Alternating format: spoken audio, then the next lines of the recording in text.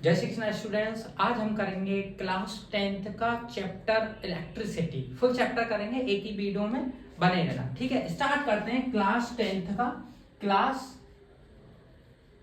10th और chapter number electricity, chapter electricity. ठीक है, देखते हैं कहां से स्टार्ट होता है। सबसे पहले बात आती है हमारी करंट की। सबसे पहले बात आती है हमारी करंट की। देखिए, current it is represented by I. It is represented by I and it is defined as that the Q means charge. I is equal to charge per unit time is called current. Charge per unit time is called current. ये Q क्या है? Charge है। ठीक है, इसकी ऐसा unit की बात करें तो कूलाम होती है। क्या होती है? कूलाम होती है। और टाइम की बात करें तो टाइम की क्या होती है? हमारी सेकंड होती है। ठीक है, अगर मैं करंट की एसआई यूनिट की बात करता हूं, करंट की एसआई यूनिट की बात करता हूं तो क्या होती है? वो कूलाम पर सेकंड। इसी चीज को क्या बोल देते हैं हम? एम्पियर। इसी चीज को क्या बोल देते हैं हम? एम्पियर। ठीक है, अब यहाँ पर एक चीज बात आती है कि अगर मैं बात करता हूं 1 एम्पियर की, क्या बात करता हूं? 1 एम्पियर की, तो आप कह सकते हो 1 coulomb upon 1 second is called 1 ampere. सरल तरीके से डेफिनेशनों को हम लेंगे। ठीक है, अब यहां पर बात आती है कूलाम यानी कि क्यू यानी कि चार्ज की। ठीक है, अच्छा, चार्ज के बारे में बात करते हैं। चार्ज आपका दो टाइप का होता है, एक पॉजिटिव चार्ज और एक नेगेटिव चार्ज। क्या होता है? एक नेगेटिव चार्ज। अब मैं इसकी एसआई यूनिट की बात करता हूं। एसआई यूनिट क्या होती है? चार्ज की क्या होती है? कूलाम होती है। ठीक है, कूलाम होती है। चार्ज दो टाइप के होते हैं। अब इसी जगह अगर मैं इसकी प्रॉपर्टीज की बात करता हूं, क्या क्या बात करता हूं? प्रॉपर्टीज। किस चार्ज की क्या प्रॉपर्टीज होती हैं? देखो, पहली प्रॉपर्टी ये है कि पॉजिटिव पॉजिटिव यानी कि सेम है, यानी लाइक चार्ज है, तो वो क्या करेंगे? रिपेल करेंगे। क्या करेंगे? रिपेल करेंगे। यदि अनलाइक है, एक पॉजिटिव है और एक नेगेटिव है, तो वो क्या करेंगे? अट्रैक्ट करेंगे। इतनी बात क्लियर होगी? अट्रैक्ट करेंगे। अच्छा, दूसरी प्रॉपर्टी है इसकी, एक और प्रॉपर्टी है जिसका नाम है क्वांटाइजेशन। Quantization of charge. अच्छा, क्वांटाइजेशन ऑफ चार्ज की मतलब ये है कि वो कहता है कि जो Q है, फॉर्मूला है सिंपल सा, Q is equal to N E plus minus. ठीक है, Q is equal to N E, where n is equal to 1 2 3 4 dot. यानी कि आपकी n जो है वो नंबर ऑफ इलेक्ट्रॉन है। क्या है? नंबर ऑफ इलेक्ट्रॉन है।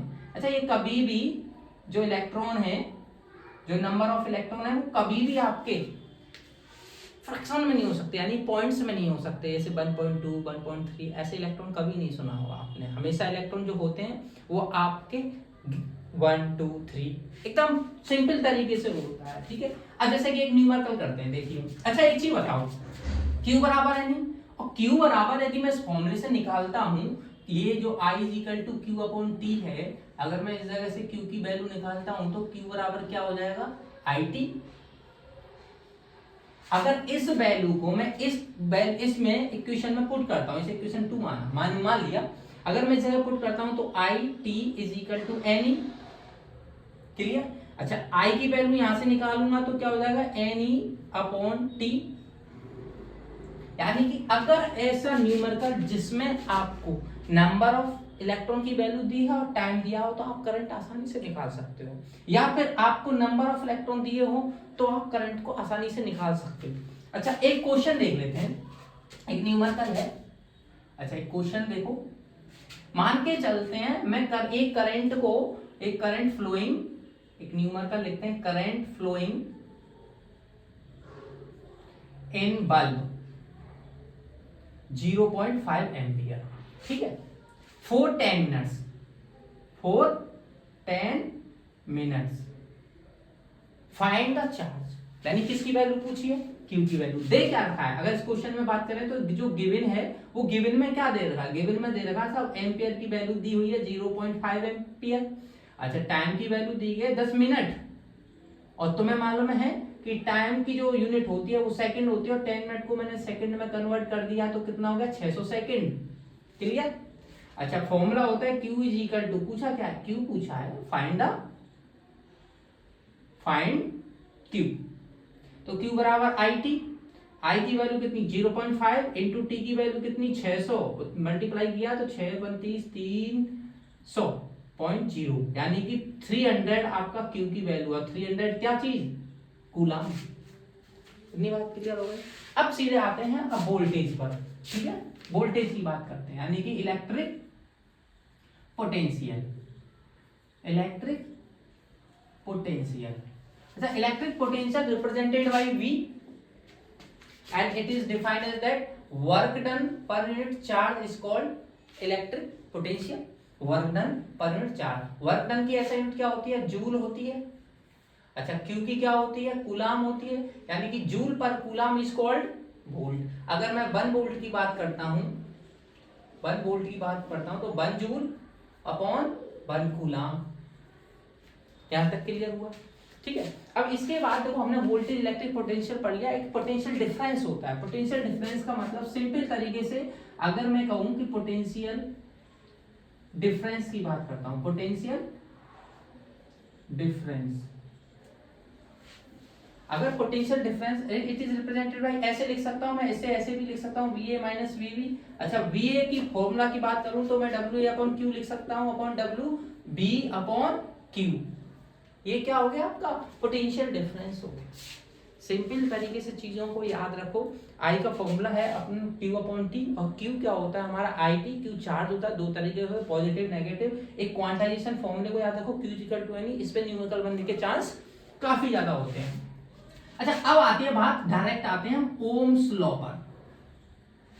किस पे बात आती है, ओम्स लॉ पर। एक चीज बताओ, एक वायर है जिसमें करंट फ्लो हो रहा है I, when current flowing through a wire. अच्छा इसमें पोटेंशियल डिफरेंस होगा, तो ये कहता है कि जो करंट फ्लो हो रहा है वायर में वो डायरेक्टली प्रोपोर्शनल होता है वोल्टेज के, वो डायरेक्टली प्रोपोर्शनल होता है वोल्टेज के। यानी कि इसमें अगर सिंपल तरीके से बोला जाए तो B is directly proportional to current at across end. अच्छा इसमें कुछ चीजें कांस्टेंट होनी चाहिए, यानी कि टेम्परेचर कांस्टेंट होना चाहिए, आपका प्रेशर कांस्टेंट होना चाहिए। अगर ये कांस्टेंट नहीं है तो तुम्हारा जो वायर है उसका एरिया बदल जाएगा, लेंथ बदल जाएगी, लेंथ और एरिया बदलने से भी इसके रेजिस्टेंस पे फर्क पड़ जाता है। देखते हैं, देखो अगर मैं V is directly proportional to I बोलता हूं तो इस साइन को हटाऊंगा तो कोई कांस्टेंट आएगा, वो कांस्टेंट आएगा V is equal to IR।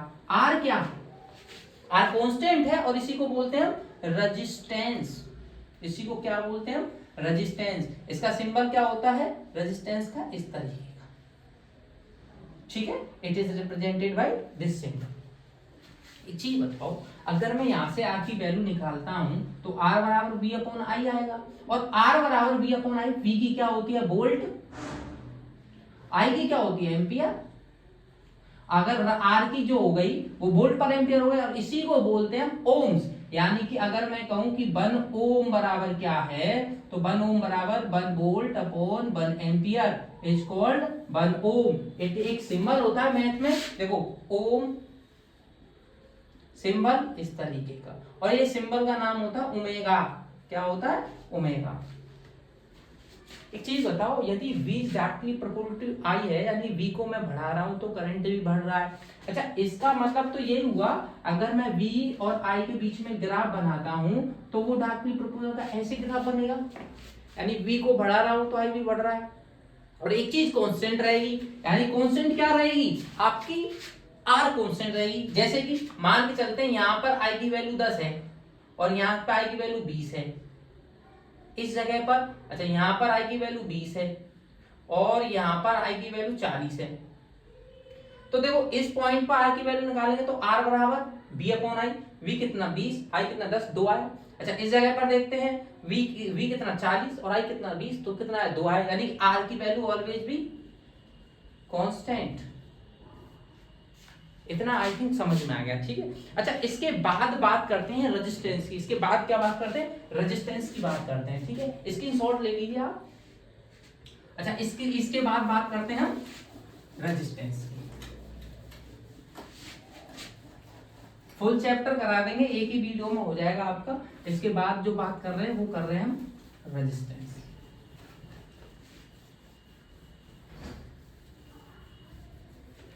अच्छा रेजिस्टेंस के बारे में अभी आपको मैंने बताया कि रेजिस्टेंस जो होता है, अब रेजिस्टेंस के बारे में देखते हैं।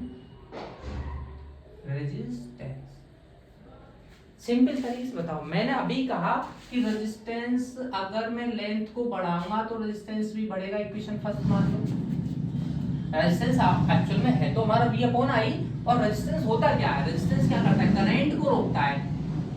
करंट को क्या करता है, रोकता है, ठीक है।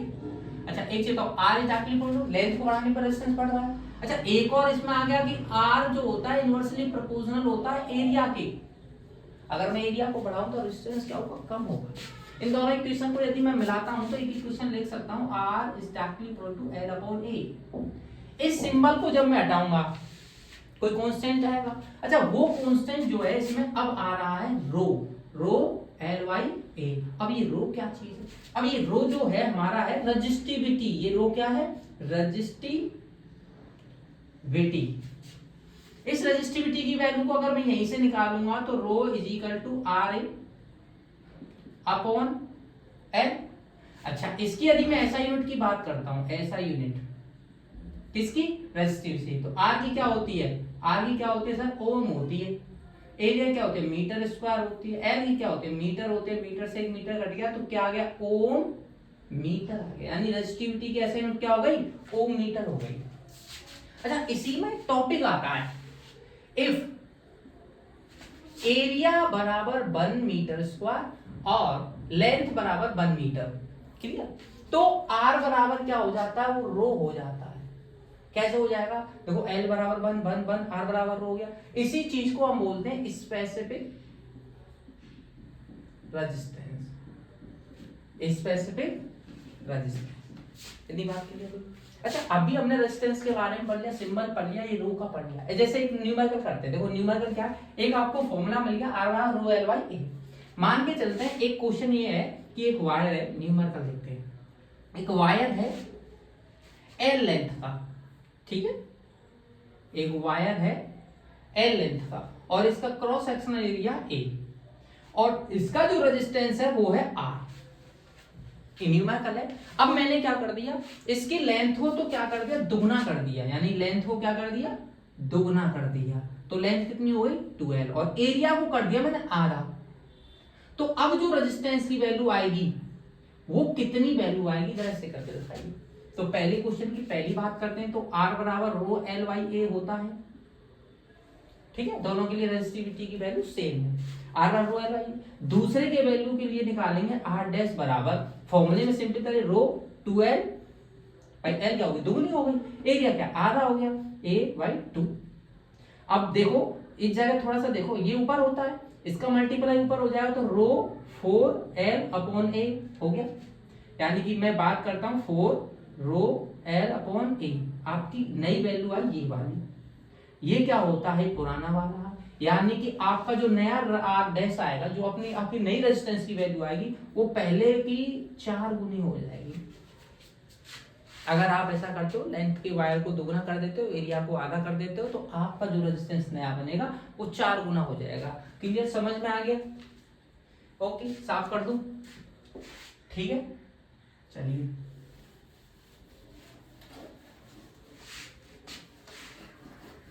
देखिए पूरा सवाल हो जाएगा, ये इतना टफ है नहीं। अभी मैंने इस रेजिस्टेंस के बारे में, रेजिस्टिविटी के बारे में बता दिया। अच्छा दो इसके टर्म और आते हैं, रेजिस्टेंस के 2 टर्म आते हैं, इजी तरीके से इसे भी साफ कर देता हूं।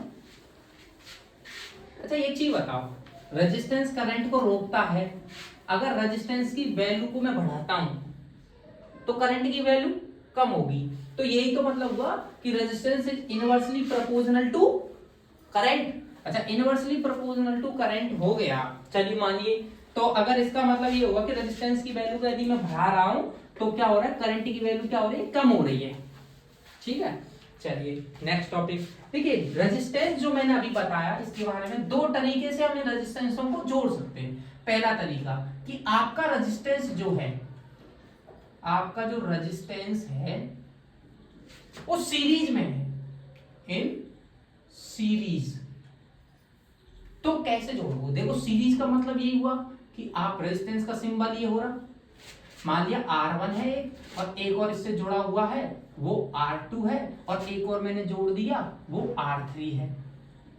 सीरीज का मतलब यहां ये रखना आप कि करंट की जो वैल्यू है, इसमें जो करंट फ्लो हो रहा है वो कहीं भी अपना रास्ता नहीं बदल रहा, सेम डायरेक्शन में फ्लो हो रहा है। डायरेक्शन से भी नहीं लेना कि सेम वायर में फ्लो हो रहा है। अच्छा, इसमें मैं एक करंट फ्लो कराता हूं बैटरी से, ये बैटरी है, ठीक है, एक की लगा देता हूं और इसे क्लोज कर देता हूं, यानी करंट फ्लो होने लग गया। अब मुझे बताओ वोल्टेज की वैल्यू यहाँ पॉजिटिव होती है और इस पूरे वायर में कम होती हुई जा रही है वोल्टेज की वैल्यू। यानी कि अगर मैं कह दूं कि इस इधर R1 में V1 है, R2 में V2 है और R3 में V3 है, और मैं आपसे बोल दूं कि टोटल वोल्टेज निकालो, तो V जो टोटल निकलेगा वो V1 plus V2 plus V3 निकलेगा।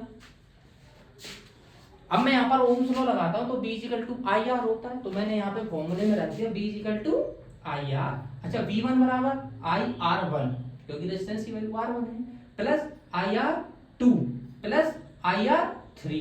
अच्छा, आई कॉमन में आ रहा है और आई से आई का कैंसिल हो रहा है। अगर I R is equal to I common में आया R1 plus R2 plus R3, आई से आई कैंसिल, तो एक फॉर्मूला बना आपका R1 plus R2 plus R3। ये क्या हो गया आपका फॉर्मूला कि रेजिस्टेंस जब सीरीज में हो तो वो आपस में जोड़ दिए जाते हैं। अगर क्वेश्चन में दे दिया है कि रेजिस्टेंस सीरीज में ये 2 का है, 2 का, ये 2 का है, तो रेजिस्टेंस टोटल रेजिस्टेंस कितने का जाएगा? 6 का आ जाएगा। अच्छा, दूसरा टॉपिक है इसमें कि रेजिस्टेंस जो है वो इन पैरेलल है। किसमें है? पैरेलल का मतलब जहां पे करंट बढ़ जाए। देखिए ये आया, मान के चलिए ये रेजिस्टेंस है, इसमें करंट फ्लो हो रहा है, एक ये रेजिस्टेंस है इसमें करंट फ्लो हो रहा है, और एक ये रेजिस्टेंस है इसमें करंट फ्लो, तीनों को मैं इधर मिला देता हूं और एक बैटरी से कनेक्ट करा देता हूं। इतनी बात समझ आई? ये मान लेते हैं R1, ये R2, ये R3। करंट मान के चलो यहां से आया तो रास्ते 3 मिले, इसमें I1 जाएगा, इसमें I2 जाएगा, इसमें I3 जाएगा। क्लियर समझ में आया? और पोटेंशियल डिफरेंस देखो इस पॉइंट को टाइम पॉइंट पर सेम रहेगा, यानी कि इसमें तो I की वैल्यू सेम थी और इसमें V की वैल्यू सेम है, इसमें I की वैल्यू सेम है, उसमें V की वैल्यू सेम है। इस डायग्राम में देखो, यदि मैं टोटल करंट निकालता हूं I1 plus I2 plus I3, फिर से वही ओम्स लॉ लगाते हैं। ओम्स लॉ क्या कहता था? Ohm's law V equal to I R और I equal to V upon R। अगर मैं इस जगह लिख देता हूं V अपॉन R, इस जगह लिखूंगा V अपॉन R1, क्यों? R1 का करंट है, plus V upon R2 plus V upon R3। Clear समझ में आ रहा है? एक चीज बताओ, वोल्टेज सेम कॉमन में लिया, काट दिया तो बचा क्या? जैसे कि अगर मैं कहता हूं V upon R, V common लिया, यहां पर बचा 1 upon R1 plus 1 upon R2 plus 1 upon R3। क्या कट गया? बचा क्या? 1 upon R is equal to 1 upon R1 plus 1 upon R2 plus 1 upon R3। ऐसे ही कितने भी रेजिस्टेंस लगे हुए हैं वो पैरेलल में इस तरीके का फॉर्मूला, यानी कि सीरीज का फॉर्मूला आपका ये है, ये सीरीज का है, ये आपका पैरेलल का है, और एक ओम्स लॉ याद कर लो बस। इसी पर एक बेस न्यूमेरिकल कैसा भी हो आप कर सकते हो, जैसे कि एक न्यूमेरिकल मैं करके दिखाता हूं आपको, ठीक है? समझ में आ गया? पैरेलल का फॉर्मूला, सीरीज का फॉर्मूला, कॉम्बिनेशन ऑफ सीरीज यानी combination of resistance in series, combination of resistance in parallel. ठीक है, मिक्सअप भी हो सकता है कि पैरेलल भी मिल जाए, उसमें सीरीज भी मिल जाए। देखिए एक न्यूमेरिकल को करके दिखाता हूं मैं आपको।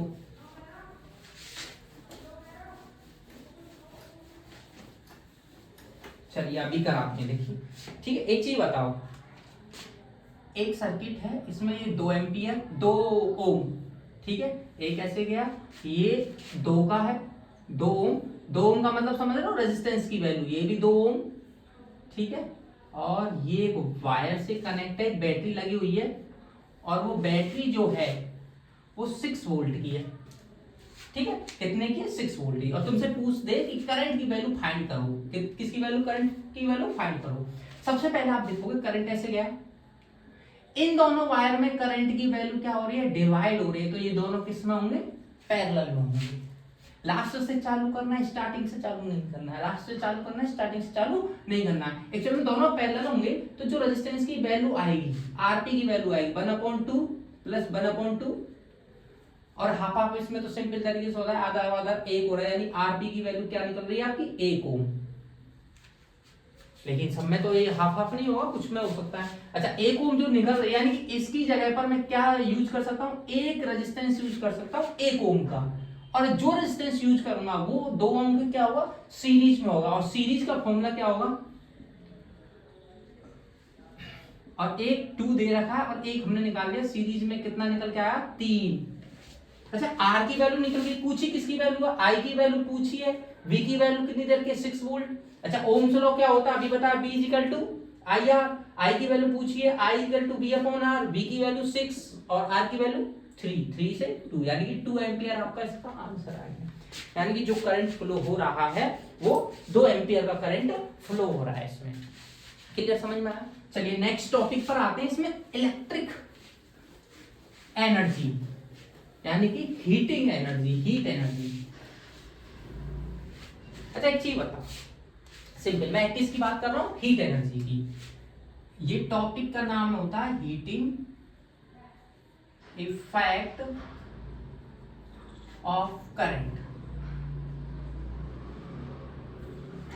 देखिए अगर कोई वायर है, कोई कंडक्टर है, ठीक है, ये वायर है, इसको यदि मैं वोल्टेज देता हूं, किसी चीज में लगा देता हूं बिजली से रिलेटेड, तो थोड़े समय बाद इसमें क्या प्रोड्यूस हो जाएगी, हीटिंग पैदा हो जाएगी कि नहीं हो जाएगी, हीटिंग होने लग जाएगा नहीं। अगर मैं इसे कनेक्शन कर दूं बैटरी से तो थोड़ी देर बाद टी टाइम में ये हीट होने लग जाएगा, यानी कि dissipation of energy in form of heating is called heating effect of current. अच्छा इसका एक फॉर्मूला आता है H is equal to I square R T. इसी को पता है क्या नाम दे दिया गया है, जूल्स